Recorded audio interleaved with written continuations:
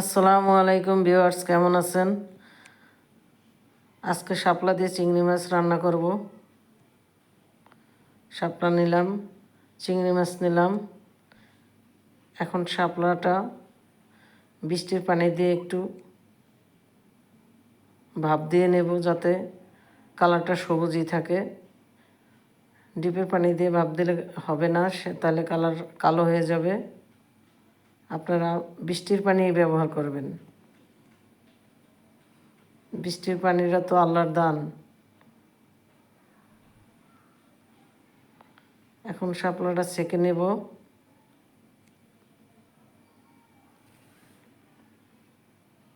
এরপরে একটু লবণ দিয়ে ঝাঁকিয়ে নেব,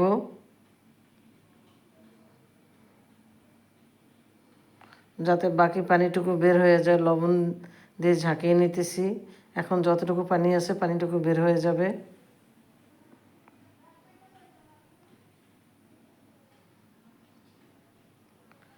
এখন চাপ দিলে বাকি পানিটুকু বের হয়ে যাবে। এভাবে আমি বাকি পানিটুকু বের করে নেব।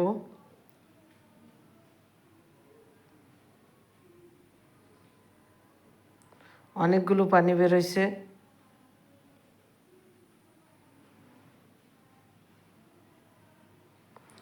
কড়াইতে তেল দিলাম, পেঁয়াজ কুচি দিলাম, একটু নেড়ে চেড়ে। পেঁয়াজ কুচিটা বাদামি কালার হবে আস্তে আস্তে।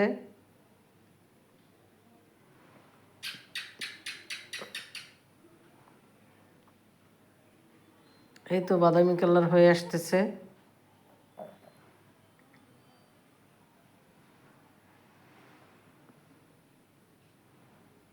এখন চিংড়ি মাছ দিয়ে দেব, একটু নেড়ে চেড়ে স্বাদ মতো নুন দেব।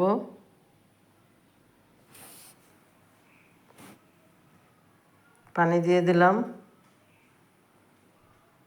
হলুদের গুঁড়া দিলাম, পেঁয়াজ বাটা দিলাম, জিরার গুঁড়া দিলাম, মরিচের গুঁড়া দিলাম। এখন চিংড়ি মাছ আর মশলাটা ভালো করে কষিয়ে নেব। আপনারা এভাবে রান্না করতে পারেন। এখন শাপলা দিয়ে দেব, একটু নেড়ে চেড়ে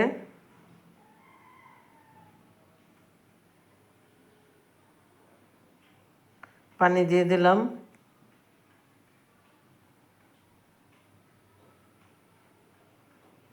এভাবে আপনারাও বাসায় রান্না করতে পারেন। কালারও নষ্ট হবে না, স্বাদও অটুট থাকবে। চিংড়ি মাছ দিয়ে শাপলা রান্না আমার কাছে খুবই প্রিয় লাগে, আমার খুব পছন্দের খাবার। শাপলা দিয়ে চিংড়ি মাছ দিয়ে খাওয়া যায়, ইলিশ মাছ দিয়েও এখন রান্না হয়ে গেল। এভাবেই রান্না করবেন। বন্ধুরা, আমার ভিডিওটি কেমন লাগলো অবশ্যই লাইক, কমেন্ট, শেয়ার করে জানাবেন। সাবস্ক্রাইব করে আমার পাশে থাকবেন।